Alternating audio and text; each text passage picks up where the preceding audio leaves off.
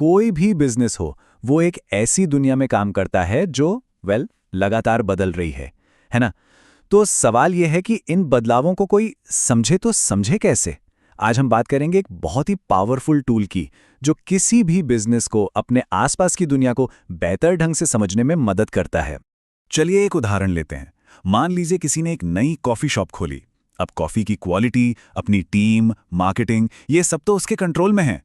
पर जरा सोचिए, क्या होगा अगर सरकार अचानक से कॉफी बीन्स पर कोई नया टैक्स लगा दे, या फिर लोगों में घर पर ही कॉफी बनाने का ट्रेंड चल पड़े।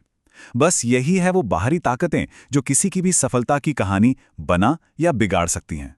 तब सवाल उठता है कि इस अनिश्चितता से कैसे निपटा जाए। इसी के लिए एक फ्रेमवर्क है जो इस धुंधली तस्वीर को बिल्कुल साफ कर देता है। इसे किसी भी बिजनेस के लिए एक स्ट्रेटेजिक मौसम के पूर्वानुमान जैसा समझ सकते हैं। मतलब ये पहले ही बता देता है कि कब आर्थिक तूफान आने वाला है या कब टेक्नोलॉजी की धूप खिलने वाली है, ताकि छाता या सनस्क्रीन लेकर पहले से तैयारी की जा सके। तो आखिर ये रहस्यमयी मौसम पूर्वानुमान है क्या? इसका नाम है पेस्टल एनालिसिस। तो चलिए इस जबरदस्त टूल को डिकोड करते हैं और समझते हैं कि ये आखिर काम कैसे करता है।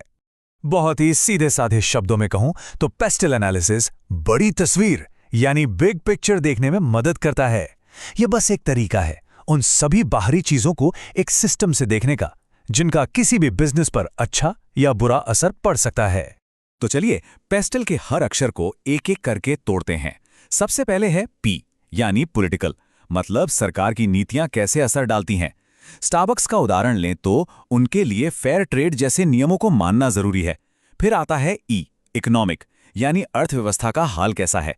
डॉलर का रेट ऊपर नीचे होता है तो उनकी पूरी सप्लाई चेन हिल जाती है। इसके बाद है एस, सोशल, समाज की सोच और आदतें कैसे बदल रही हैं। जैसे वर्क फ्रॉम होम का कल्चर बढ़ा तो इससे यह तय होने लगा कि लोग कॉफी कब और कहां पिएंगे।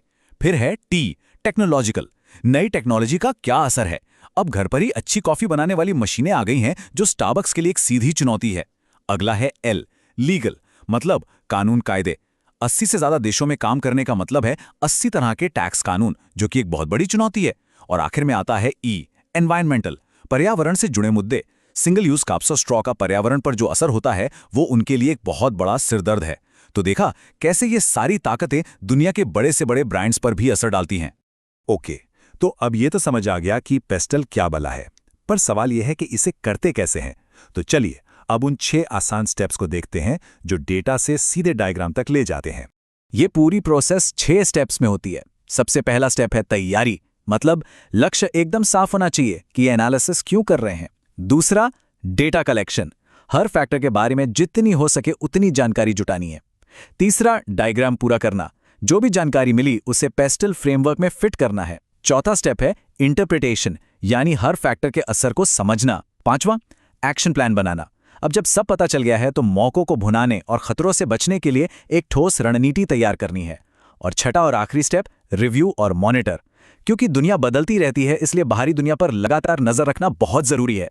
और हाँ, इन सब में जो पहला कदम है ना, तैयारी, उसकी अहमियत को कम मत आंकिएगा। एक पुरानी कहावत है, 2 बार नापो 1 बार काटो। पेस्टल एनालिसिस पर भी ये बात एकदम फिट बैठती है। जितनी अच्छी तैयारी होगी उतना ही सटीक और काम का एनालिसिस निकल कर आएगा। अब देखिए, हर टूल की तरह पेस्टल के भी अपने फायदे और नुकसान हैं। एक तरफ तो ये समझने में बहुत ही सिंपल है और स्ट्रैटेजी प्लानिंग के लिए एक मजबूत बेस तैयार कर देता है, लेकिन दूसरी तरफ इसके लिए डेटा इकट्ठा करना कभी-कभी बहुत मुश्किल हो सकता है। और दुनिया इतनी तेजी से बदल रही है कि हो सकता है आज का एनालिसिस कल तक पुराना पड़ जाए। तो बस याद रखने वाली बात यह है कि ये एक डायनामिक टूल है, कोई वन टाइम फिक्स नहीं। एनालिसिस करना अपनी जगह ठीक है, पर असली जादू तो तब होता है जब उस एनालिसिस को एक्शन में बदला जाए। तो सवाल यह है कि पेस्टल से जो जानकारी मिली उसे एक कामयाब रणनीति में कैसे बदला जाता है। चलिए इसी पर बात करते हैं। देखिए, पेस्टल को एक दूरबीन की तरह समझिए। ये बाहर की दुनिया, मतलब मार्केट और इंडस्ट्री में क्या चल रहा है ये दिखाता है। लेकिन सिर्फ बाहर देखने से तो काम नहीं चलेगा ना, है ना? कंपनी के अंदर झांकने के लिए भी तो कुछ चाहिए, जैसे एक मैग्नीफाइंग ग्लास। और बस यहीं पर एक और बहुत काम का टूल पिक्चर में आता है। और यहां पर पेस्टल और एक दूसरे टूल स्वॉट का फर्क एकदम साफ हो जाता है। पेस्टल का फोकस पूरी तरह से बाहरी दुनिया पर होता है, पॉलिटिक्स, इकोनॉमी, सोसाइटी वगैरह, जबकि स्वॉट एनालिसिस अंदर और बाहर दोनों तरफ देखता है। मतलब किसी भी संगठन की अपनी ताकत क्या है, कमजोरियां क्या हैं और बाहर क्या मौके हैं या क्या खतरे हैं।